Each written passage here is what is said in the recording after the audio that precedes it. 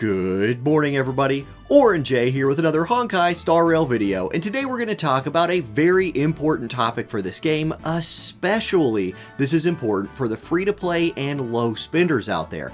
That's going to be the free-to-play roster. And when I say free-to-play roster, what I mean is the units we're going to get for sure, the handout units, the units that require absolutely no gacha luck in this game. Because even if you are free-to-play, through playing the game, you're still going to earn summon tickets, premium currency, you're still going to get to pull on the gacha, and maybe you're just one of the luckiest people ever, and you're pulling like multiple copies of 5-star units, but I've seen the rates that we're looking at for the release of this game, and if you're free to play, you're going to be leaning on this initial roster of 8 handout units quite a bit. Now, luckily for you, we have a wide array of units with classes, elements, damage types, roles. We have a nice spread of free units, so we're going to go through them right here. I'm going to give you my opinion on all of them, and if you're going to be a free-to-play player, I think this is an important topic. All right, let's jump in and start with the main character, the Trailblazer. And alright, the first thing I want to point out about the Trailblazer is it's actually a 5-star unit. It can be male or female depending on which one you pick, but of these free give out units, it's the only 5-star, not a 4-star, although I think that 5-star rating has more to do with the versatility of the unit than the raw power compared to the other 5-stars. Still, this is a unit that's going to do a lot of things for you. It has 2 modes. One mode is a single / AoE DPS damage dealer, and the other mode is a fire tank. A cool thing about this unit is you get free dupes for it. They're called eidolons in this game, but that's a huge win, again, especially for a free-to-play player who's not hitting the gacha all the time. Anything with access to free dupes is going to help power up the unit. This character gives you access to a decent tank without the gacha. There is a 5-star tank. I think he's really good, but the fire version of the main character does a decent job as a replacement for him, and in this game, having 2 tanks is a very good thing. I think the main character will be a core part of any early team build that you have in this game. In fact, when I was writing notes for all these free units, I just put no-brainer next to the main character. Now, let me walk you through them just a little bit here. I'm not going to go super in-depth, but the Trailblazer Physical is a destruction type class. You can see destruction classes deal outstanding amounts of damage and possess great survivability. So think of like high damage bruiser type of unit. It's a physical damage type for like breaking weaknesses and stuff like that. You can see the basic attack right here is a single target attack. The skill and the ultimate are attacks that hit a target, branch out for a little bit of AoE, has some like buffs to their damage. So it's a pretty mid damage dealer in my opinion. You can see that Pride here has him ranked as like a BB and an A, kind of in that mid tier. But again, this is a unit you're going to be able to dupe out all of the way just by playing the game, and I think that's a big deal. Now, this is also the worst version of this in my opinion, because you can make your Trailblazer into a fire preservation class, and preservation classes are defensive units. They're your tanks in this game, and you can see that Pridewin, the site I'm using, and I'll link this site in the description, gives the fire tank an S ranking in general bossing and farming. That means just playing through the game, they think it's S tier. In a boss fight, they think it's S tier. As a farming unit, they think it's S tier, and that's really good. And in my opinion, this is where the main power of the main character in this game lies, in the ability to be this fire tank. This is a unit that's going to scale with defense, right? Basic attack can be enhanced by just gathering your stacks. It's called magma stacks. So each time the Trailblazers hit, they gain a stack of magma. And talking about tanking in this game, let me bring this up. If you're coming from other games where units have to use skills to generate aggro, that exists in this game as well.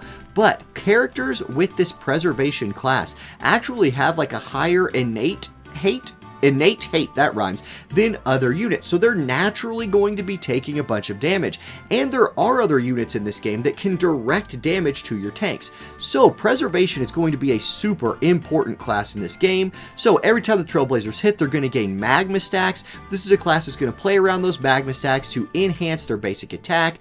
The skill right here is a damage reduction skill. The ultimate deals fire damage plus a defense scaling damage to all enemies. This is where some of that farming ranking comes in the ability of this class to do AoE damage, will shield allies at the beginning of battle. Just going to be a really, really solid tank for you, able to do damage, shield themselves and their allies. It's just going to be core. Like, you're going to want to build this guy. I don't want to spend too much time here because I think everybody's going to build him, and this is a game where you're going to need 2 groups for in-game. This is going to be one of your tanks for almost all players, including your free-to-plays. Okay, next up, I want to go to March 7th next, one of the units I'm most excited for in this game. So the first thing I want to say about March 7th is she is the unit of the free-to-play units that I am the most excited for. I love her mechanic. She has a way of passing aggro to another unit, which gives her such good synergy, not only with your initial roster, especially your main character, but any big tanks that might come out later, any unit that might come out later or that you get in the gacha that you want taking damage. She has a way of passing aggro to them. I think that's a huge deal. You're going to get her straight away in the tutorial, so you're going to get to practice using her early. She's someone who specializes in protecting allies by shielding them and freezing enemies. Obvious good synergy with the MC, but also good synergy with potential future characters on your account. A lot more on that as we get deeper into videos. And her revenge damage mechanic. Anybody with her shield who gets hit, she will proc a revenge mechanic to deal damage to that enemy, and that powers up with the duplicates on her. Now, let's take a quick look at her page over here. She's ranked on Pridewin as an SS and a B. I do agree that she's probably not a great farming unit, but I think I would rank her a little bit higher than the MC in this like bossing and general area, but probably maybe still in that S range. This isn't a tier list. I'll do a tier list later. Let's talk about my number one girl, March 7th, right here. So once again, she's in that preservation class, a defense-focused class. She is going to scale well with defense, and she will innately have more aggro than your other classes in the game. She's ice element, so you'll want to use her to potentially break ice element enemies. Let's take a quick look at her skills. Now, her basic attack is just 110% damage to a single enemy. This is whatever, really nothing special here. The core, the big deal of March 7th is her skill, the power of cuteness. It provides a single ally with a shield that can absorb damage equal to up to 86% of her defense, plus an additional up to 344 for 3 turns. If that ally has over 30% HP, they have a greater chance of being targeted by enemies. So this is how she's kind of redirecting aggro. This works really well with her talent Girl Power, which says after a shielded ally is attacked by an enemy, March 7th immediately counters, dealing ice damage. Scaling off of her attack, this can be triggered 2 times each turn. Not only that, the first time you get a duplicate of her and apply it to her, this increases the number of times the talent's counter effect can be triggered each turn by 1. When the counter is triggered, it will deal 30% additional damage, scaling with her defense. So that's the big mechanic here with March 7th, and I love this. Especially I love this playing forward into the future of the game. I think anytime a unit comes out that is that triggers things based on taking damage, this could be a really powerful combo with that unit. Whether you're just passing aggro off to your shiny new 5-star dude tank that you got lucky and pulled, or you're playing around counters, I love her for that, and I think she's just going to be a unit that we see in this game for a long time. Really quickly here, her ultimate deals 162% of her attack to all enemies. On hit, has a chance to freeze them for 1 turn, and while frozen, they cannot act and will take damage over time. So that's March 7th. Of these free units, she is the one I'm most excited for. She's the one I anticipate using, along with a lot of the other ones. I anticipate using a lot of them, but I anticipate using her for a long time to come. Okay, next up, we're going to talk about Heng. There's a lot of units in this game that my pronunciation, and look, if you're familiar with my channel, you know my pronunciation skills down here in good old Kansas are not the best. But Dan is next, so let's talk about Dan. So here's the deal with Dan. Now, Dan is the first unit we're going to talk about, and one of the only units we're going to talk about in this video that is a single target DPS focused unit. That is big time important because when you're fighting bosses, like a lot of the bosses in the beta version of this game did not come with a lot of ads or did not come with enough ads that you needed like massive amounts of AoE damage to deal with them. In fact, a lot of times single target DPS units were just core to boss fighting teams, and that makes a lot of sense. So Dan is a wind element single target DPS. Also, he can slow down enemies, and through builds, through powering him up, can become a very fast unit himself, which just all screams single boss fighting god. And for a 4-star character, that's kind of what Dan Heng is. Dan. I'm just calling him Dan, that's the best I could do. He is going to be a really strong, free-to-play boss fighting unit. Now, let's look at his page a little bit right here. On Pride, when they have him rated as an A for bossing, okay, I guess when you're taking into consideration, there's going to be 5-star units that do his job a little bit better, including one of the same element as him. I get that, but I think for free-to-play players, he is going to be massively important. He's the Hunt class, which is extraordinary amounts of single target damage, and his way of manipulating the way like time works in a fight is that's what he's all about. So let's check him out right here. His basic attack is just single target damage, scales off his attack.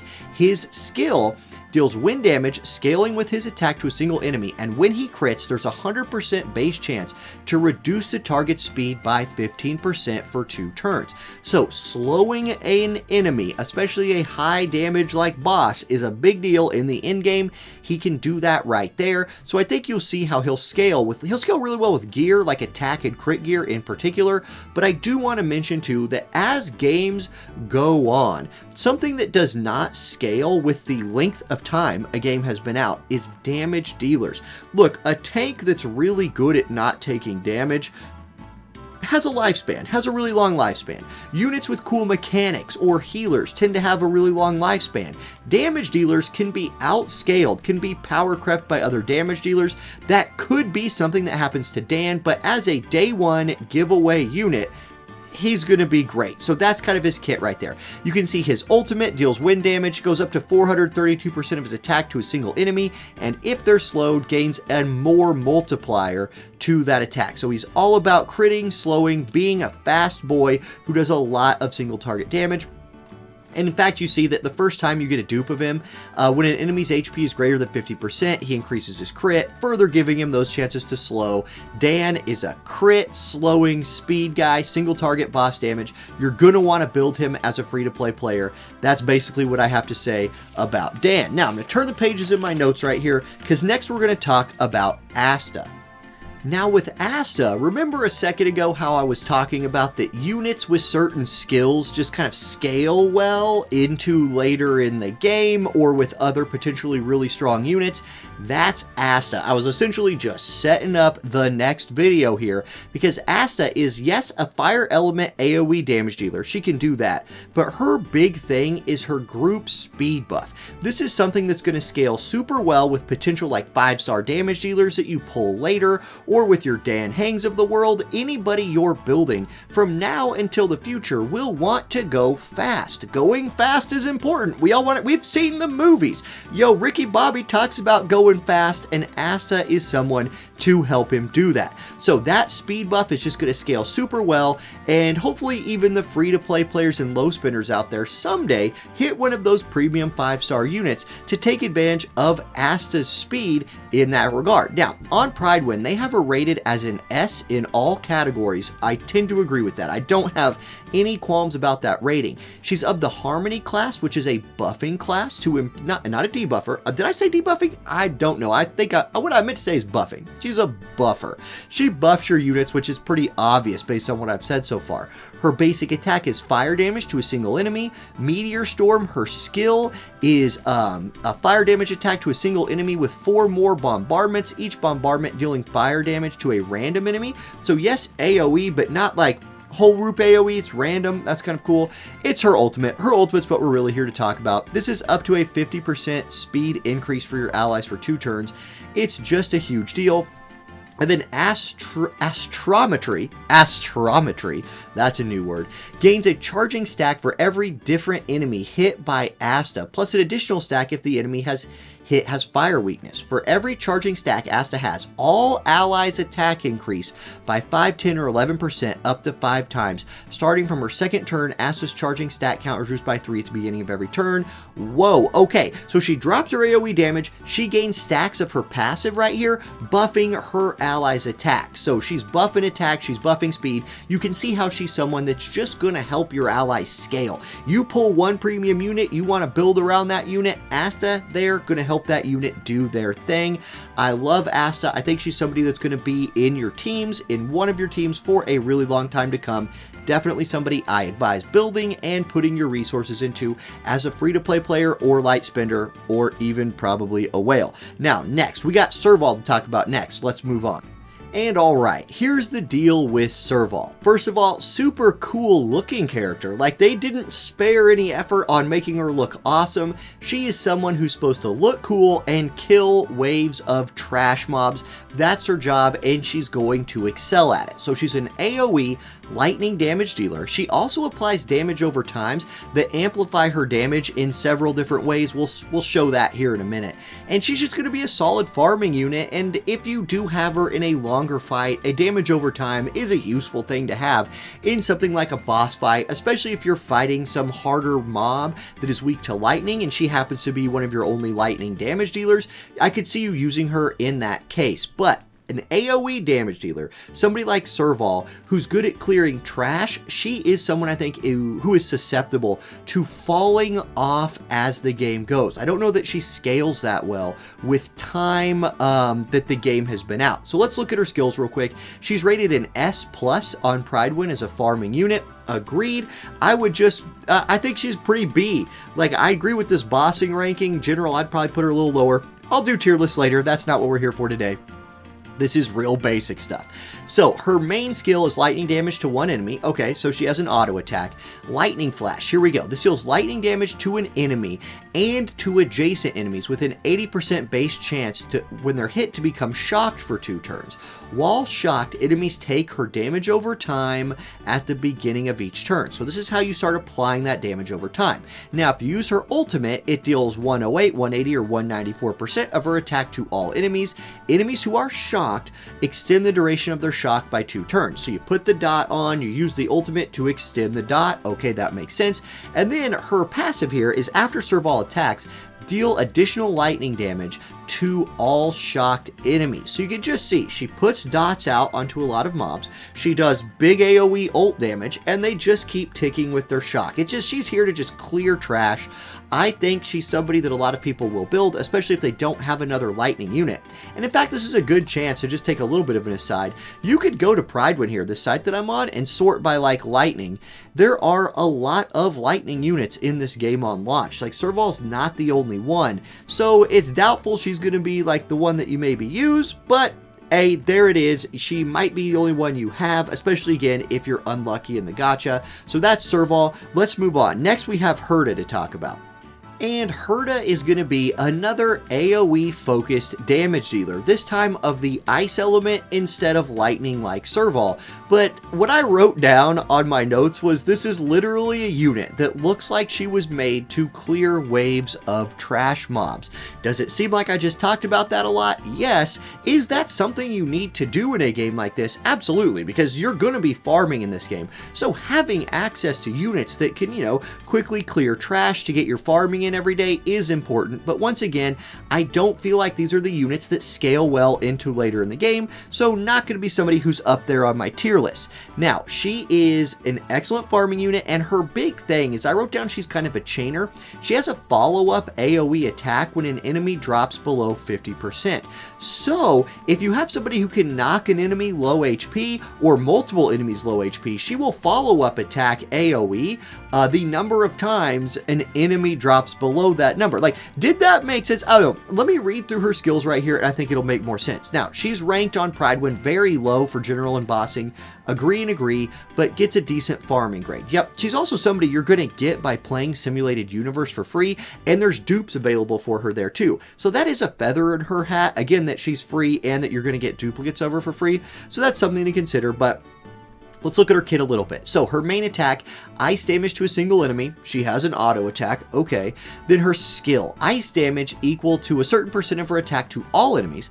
If the enemy's HP is at 50% of their max HP or higher, damage dealt to this target is increased. So she's very good at putting enemies that are above 50% below 50%, which is important because I'll take a swing. Her talent is when an enemy ally's attack causes an enemy's HP to fall below 50% or lower, Herta will launch a follow-up attack, dealing ice damage equal to up to 43% of her attack to all enemies. So you can see what she's supposed to do, right? Like, do you see how I believe that she was literally designed to clear trash? Like, anytime you knock a unit below 50%, she AoEs. So if you knock 3 units below 50%, she will AoE 3 times.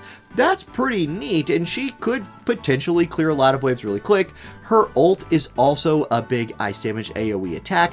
I just don't know that there's like anything that she's doing here that other units also can't do. Personally, like with farming, I get that people want to farm fast and that's useful, but, you know, I think other units could do it too. I don't rank Herta that high, but this isn't a tier list. I'm just introducing these characters. She's not somebody who I think is going to be ultra important, but there we go. That's Herta. We need to move on to Natasha next. Now, if I didn't think Herta was going to be important, let me tell you about somebody who's going to be really important, and that's Natasha.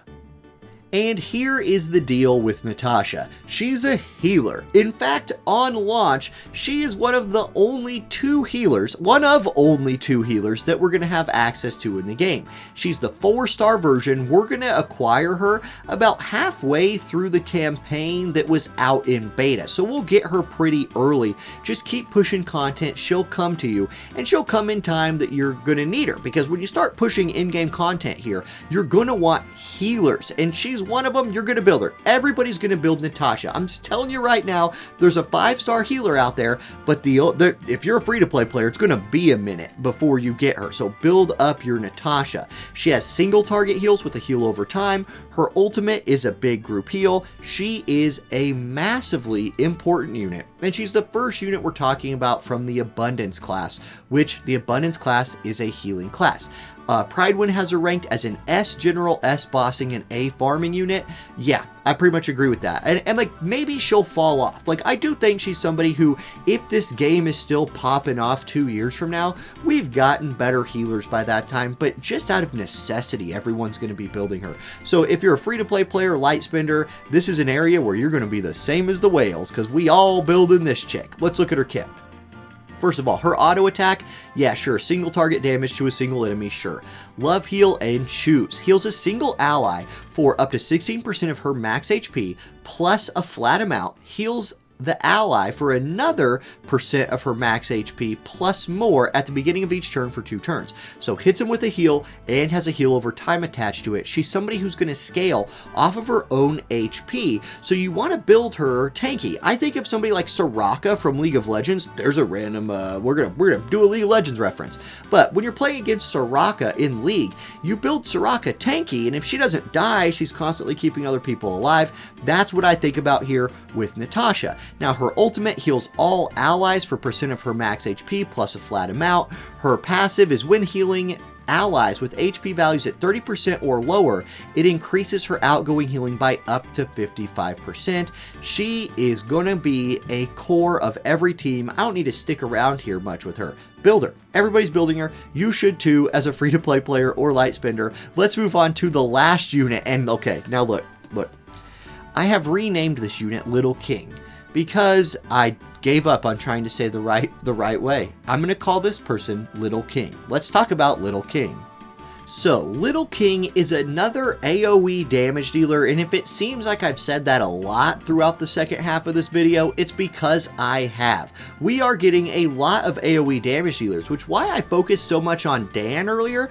Dan being the single target damage dealer of this group makes him special. King being an AoE damage dealer makes her a lot like the others, except for in one important area. She is a free-to-play way of accessing quantum damage, and you do want to have every damage type available to you. So when you start doing Hall of Memories later on in this game, you will get Little King, and a lot of people will build her if for no other reason than access to that quantum type damage. Now, her mechanics are really strange. She's an RNG based character. We're going to look at her kit and just see kind of how it works, but you can see she's not very high rated on Pridewin, and I would agree. Again, I think the only reason you're building her is for that quantum type damage. Let's look at her kit. So out with the Dead Wall tile, deals quantum damage to a single enemy, and the scaling percentages here are pretty high, so that's something for her, and deals quantum damage to any adjacent enemy. So a little bit of AoE built in there, if that's the first bit. Then last tile chain, her skill immediately draws 2 jade tiles, so she's going to be like drawing from her own little personal gacha, and gains 1 extra turn. Increases the damage of attacks by 14, 28, or 31% for that 1 turn, and this effect may be stacked up to 4 times. So it's all about like RNG turn-based stuff for her. Her ultimate deals quantum damage up to 216% of her attack to all enemies, and changes all current jade tiles to the fish suite. So she'll like get a Yahtzee sort of, right? I don't know a better way of explaining it. Her passive talent is at the beginning of an ally's turn, she randomly draws 1 jade tile. The tile may belong to any of those suites. Up to 4 tiles may be held at one time. If Little King holds 4 tiles of the same suite at the beginning of her turn, she will use up all the tiles and enters the Concealed Kong state, improving her attack by up to 79% and enhancing her basic attack. The Concealed Kong state will terminate after enhanced basic attacks have been performed. So her ultimate will put her into that state, but you could see, like, not reliable is the way I would describe her, but again, access to quantum damage for free is nothing to be scoffed at, just not somebody I'm going to rank highly on my tier list when I make it. There we go. And guys, that's it. We've done it. We have gone through the free-to-play characters that we're going to get in this game. Now, if I reset this, here's a list of all of the characters we're going to get. I'm going to do a video about each of the 5-star premium characters, probably by themselves, as we kind of build up towards the launch of this game, and I will finish it all with one big tier list that will try to not only include any information we already have, any notes that I've already taken, but I do anticipate hearing a few more new things before this game launches. The social media accounts for these games have been very active, so continue to, you know, be excited. I'm really looking forward to this thing, and if you're a free-to-play player or a light spender, I do think this roster of free units is enough to keep you going for a while, even if your gacha luck isn't great, but I really hope it is. I hope you go out there and get yourself, you know, Bronya on your first pull, because that would be awesome for anybody. All right, guys, thank you all for watching. Have a great rest of your day, and I'll catch you next time. Peace.